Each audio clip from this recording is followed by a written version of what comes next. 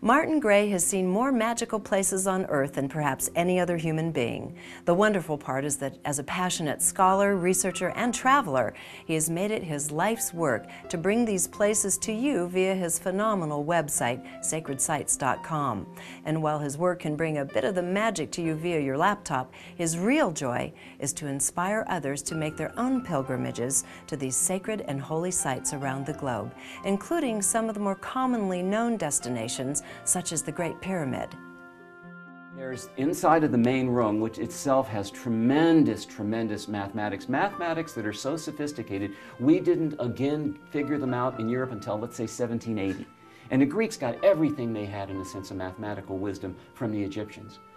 Right. The Great Pyramid, especially the room inside, is of such extraordinary mathematics. We don't know how they made that big granite coffer. We don't. Right, because they didn't have any metal carving tools, but if you look at it really close, you see these big circular sort of marks on it, like it was done with this big drill.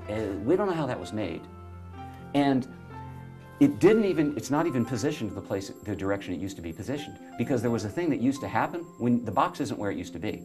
The box was in another position, because when people went in there and they got in the box, especially at certain time periods, and they got in the box and their head was in a certain position relative to the box, relative to the chamber, relative to the pyramid, vectoring in certain energies from below and above, it brings a certain energy to that box, to a person's head, that caused three things: either flashes of enlightenment, flashes of, and sometimes permanent insanity, or the disappearance of the person's body, and they were finding them in the chamber way down at the bottom of the pyramid later.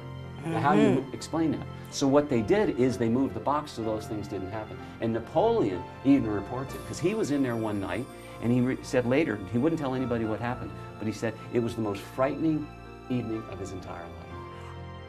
If you have any travel plans in your future, you owe it to yourself to check out this interview and Martin's work.